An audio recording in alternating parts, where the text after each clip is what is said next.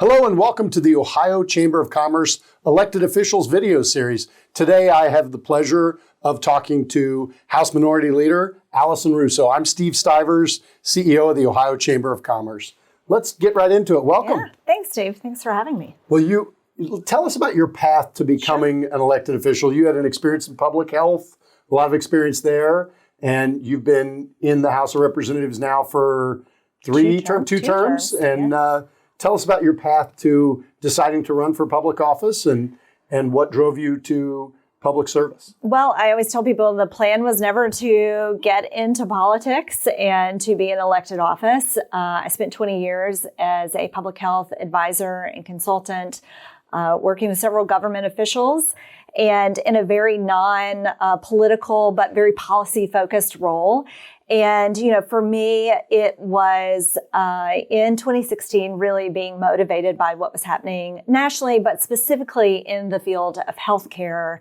And, realizing that we needed more voices in elected office that came with real world experience in this space and dedicated to coming up with solutions rather than, the ideological arguments, and had the chance to run for the state house and did and won. And here I am in my second term and now the House Minority Leader.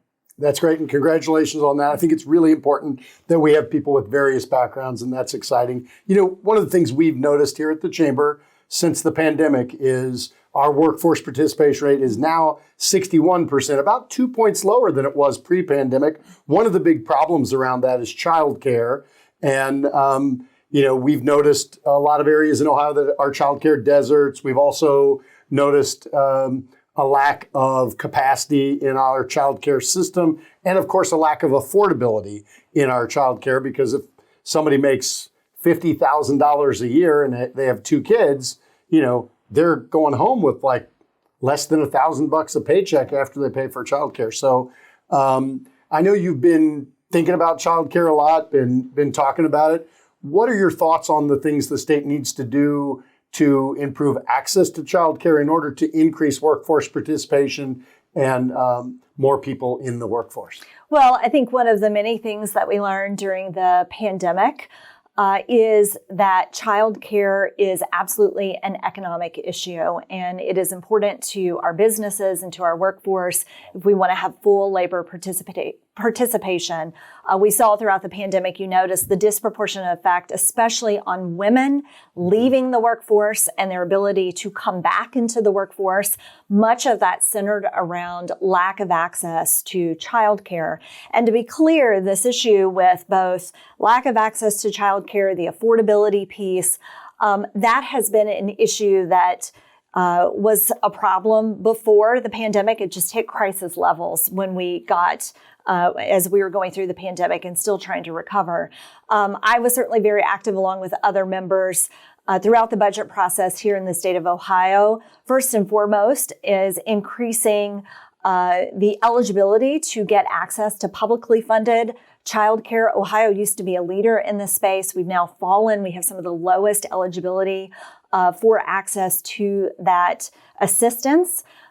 We have a bipartisan bill, actually Representative Lightbody and Representative Andrea White working on getting that eligibility up even higher than where we were able to move it during the budget process.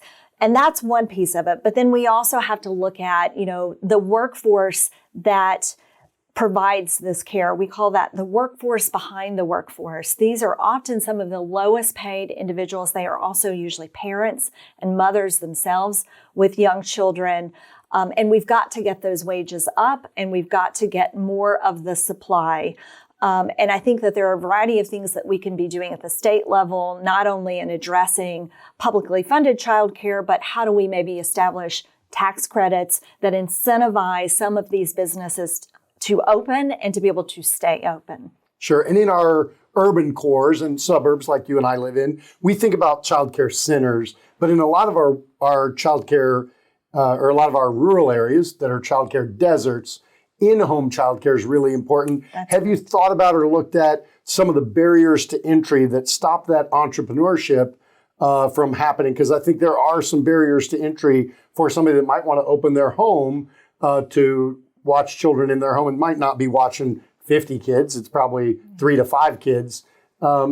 We think that's something that we need to look at if we're going to deal with the rural problem. Is that something that policymakers are talking about at all? I think that, absolutely. You hit on a great point that, we need to be looking not just at center-based care, but also home-based care. And how do we get, particularly, as you noted, in some of our rural communities, but really, frankly, even in some of our urban cores, how do we get more of those businesses established? Do we provide them access to capital, because these can be expensive? There's been some discussion about the certification process. And, I think that there's a fine balance there. You want to ensure that we have high quality childcare. I mean, these are young children. We want to make sure that safety, right, well-trained, et cetera. But, how do we make sure that that also doesn't become an additional barrier, and we provide the resources and the support to be able to get those certifications? They're not cost prohibitive, et cetera. The other thing that I want to say is, we're talking about childcare, but really this is early childhood education. Sure. And what we know from the investment of dollars is for every dollar that you invest in early childhood education, you get a $10 or more return on that. So this is a good economic decision when we look at long-term kindergarten readiness, third grade reading guarantee, graduation rates, keeping individuals out of the prison system. This has huge payouts for the state that doesn't just benefit our workforce today and our businesses today, but long-term and well into the future. Those are great points. I know you're one of the joint sponsors of House Bill 491, which requires businesses to create parental leave under certain circumstances, some pretty tragic circumstances listed in the bill. But, can you sort of talk about, I know business is usually a little reluctant to have mandated government enforced standards like that. They'd rather try to get to it, through the free market and on their own. But can you talk about why, what led you to that, and a little bit about House Bill 491 and why you think it makes sense? So paid family and medical leave has been a huge priority of my caucus for multiple general assemblies. It is a bill that I currently sponsor with former Representative Boyd, this General Assembly, and we'll keep pushing for it next General Assembly. Again, I think this issue of paid leave, family medical leave, we learned throughout the pandemic the importance of giving individuals access to paid leave when they're facing a sickness, a new child, or caring for a sick or disabled loved one. Many of us also have aging parents that we're thinking about having to care for, because it allows individuals to not completely leave the workforce or to sacrifice being able to pay their bills, giving up a paycheck to deal with these very real world circumstances that frankly will impact every single individual, no matter who you are or where you come from. The question is, how do we do that? We know that 60% of Ohio workers have no access to something that will protect their job if they have to leave temporarily for an illness, to care for a new baby, et cetera.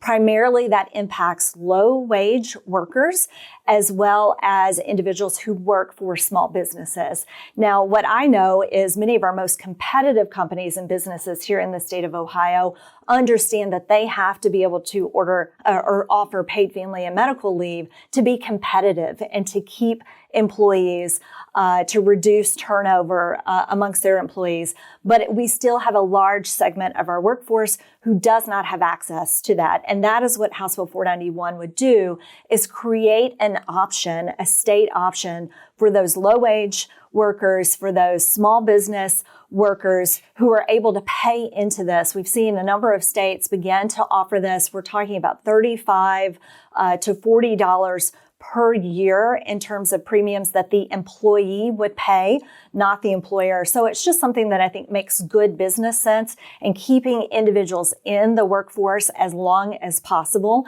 But also, it is the right thing to do, because again, we shouldn't have people facing a situation where they give up the ability to pay their mortgage, to pay their bills because they have an illness, they have to care for a loved one, or they want to spend time with the new baby at home. Sure. Now, that sounds like an interesting bill worth taking a look at. as we think about the future of Ohio, and Intel came to Ohio, lots of great things are happening in Ohio, but we already have a shortage of housing starts. There are 400,000 Ohio families that are already burdened by the cost of housing. How do we grow housing in every income, in every demographic, in every region of the state? What policies should the state be looking at to encourage more housing to make sure that we can house the workers that we want to come here and stay here? Well, I think as you've noticed, I'll start over.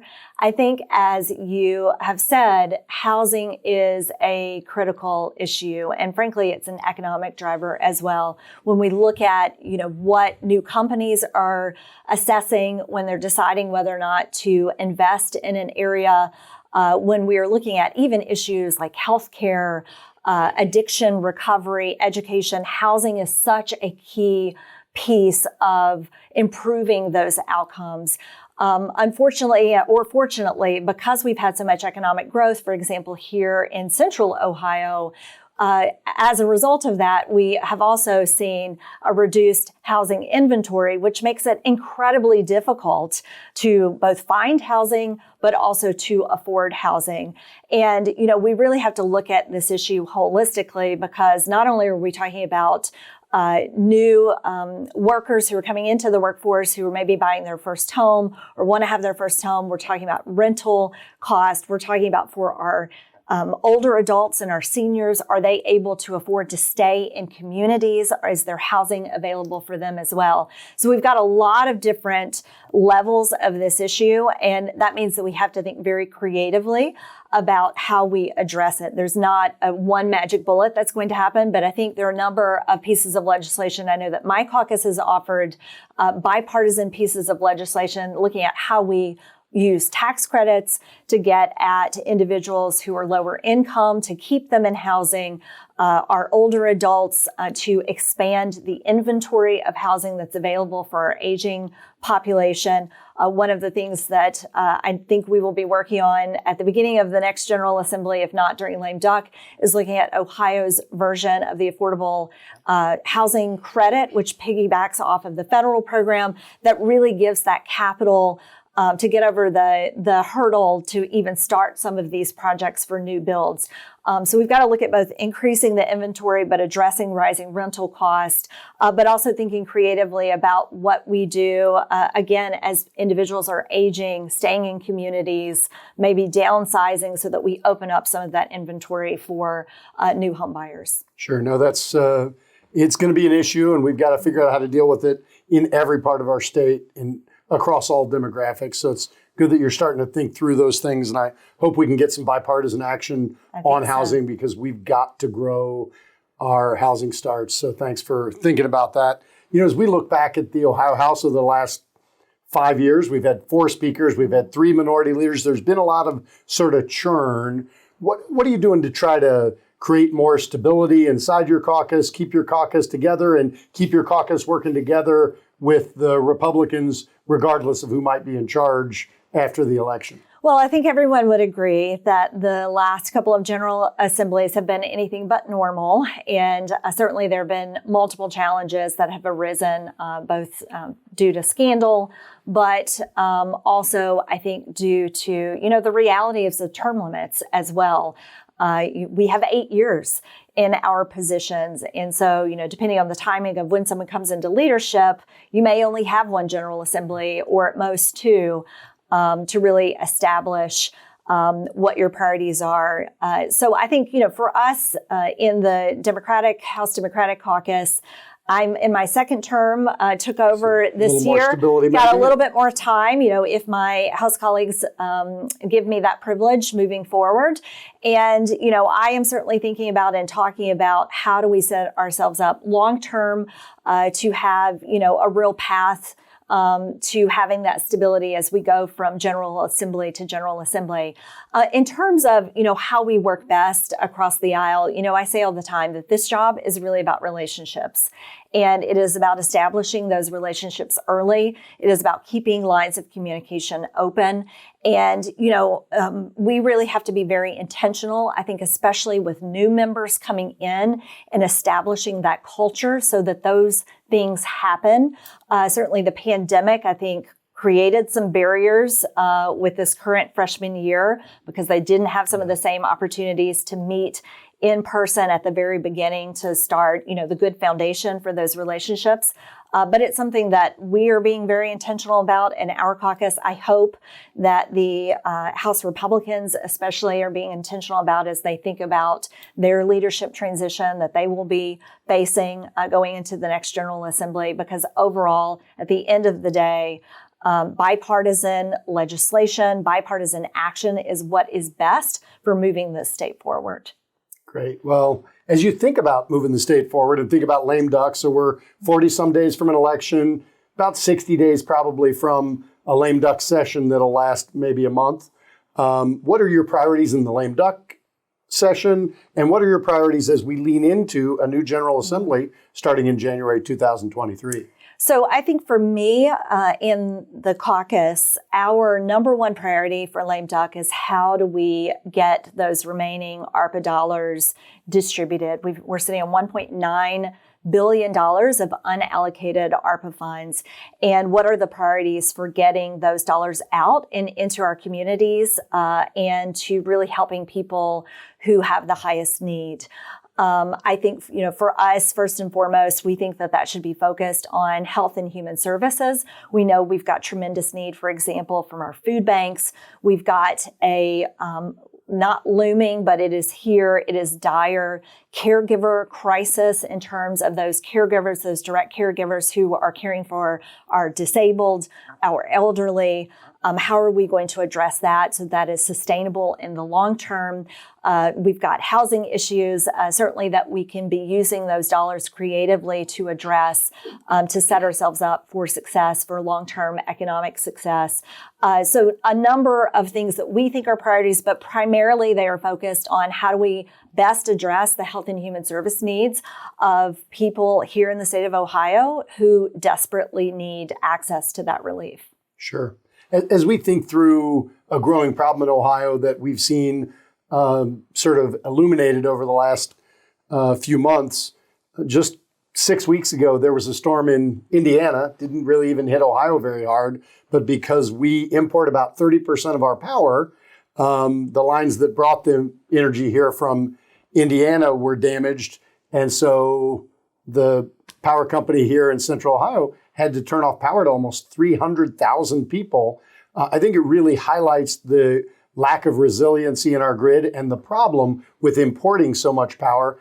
How do we, on the energy policy basis, move beyond House Bill 6 and start to talk about a power grid that is increasingly not reliable and a concern about not generating enough power inside Ohio? Well, I think, we are seeing the very real impacts of the climate crisis.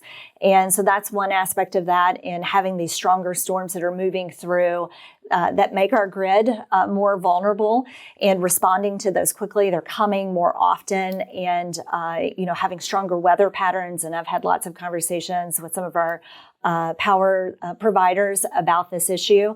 But it's also about prioritizing the investments that we make into the power grid, perhaps tapping into those federal bipartisan infrastructure dollars to make sure that that is a priority. But it's also about what are the state policies here that incentivize energy efficiency so that we're using less power from the grid, but also alternative sources of power. which is important because, as you mentioned, we want to be less reliant on bringing that power in from other states and other locations. And the reality is, when we look at the large economic development projects that are happening here in the state of Ohio, or potentially could happen, the vast majority of those businesses have as one of their top priorities access to clean and renewable energy. And the problem that we have here in the state of Ohio is because of some of our not friendly policies in this space, we're actually having to tap into other states to fill those needs. And that will only grow. And I think the market is driving the push for more of those types of energy. But we want to make sure that that energy is produced right here in the state of Ohio because it's good for economic development. But those are also Ohio businesses, those are Ohio jobs, and those are Ohio workers that can meet that need. Great. Well, as we move into the general election in 40 some days, we find ourselves in a very divisive political environment, not just in Ohio, but across America. What messages do you have from you and your caucus that you think will resonate with voters and constituents as we move to the fall election? And what messages do you have for all Ohioans about what the plan is after the general election? Well, I think our message to the public from the Ohio House Democratic Caucus and our candidates and our incumbents is, number one, we work for you. Our priorities are to focus on the needs of the communities that we represent, whether that's bringing good paying jobs to those communities, making sure that we have strong schools in our communities, that our communities are safe, and that we've got local governments and public safety that are well funded so that they can meet those needs. We don't want to be focused on the cultural issues that are very divisive and those ideological issues. We want to be focused on what is it that is going to create opportunity for all Ohioans and specifically within the communities that we represent. And I think as long as all of us have that goal as we walk into the legislature, as we walk into lame duck, we will get good policies from that. But it's when we start to get distracted by some of these other culture war issues that frankly are doing nothing for the people back home and improving their lives. That's not good for us. And so I hope that as we go into lame duck, that we stay focused on things like how do we get those ARPA dollars out? How do we start to address affordable housing? How do we set ourselves up going into the next budget cycle so that we are looking at things like ensuring that our schools are well funded, that we've got good public transit that can move people from their communities into the jobs so that we can fill those empty jobs and reduce our unemployment even lower. Those should be the priorities that we're focused on. And certainly my caucus will be talking about and working towards. Great. You brought up public safety, and on the ballot this fall is issue 1. Do you have any thoughts or comments on Ohio issue 1? Well, I think that, bail reform is something that we have debated quite extensively in the legislature. And, my concern about issue 1 is that it falls far short of what is a real solution to bail reform. We had a really good solution, and I think still have a good solution. It was actually a bipartisan bill that had several hearings within the committee process that got cut short because of this push to get issue 1 in the rush.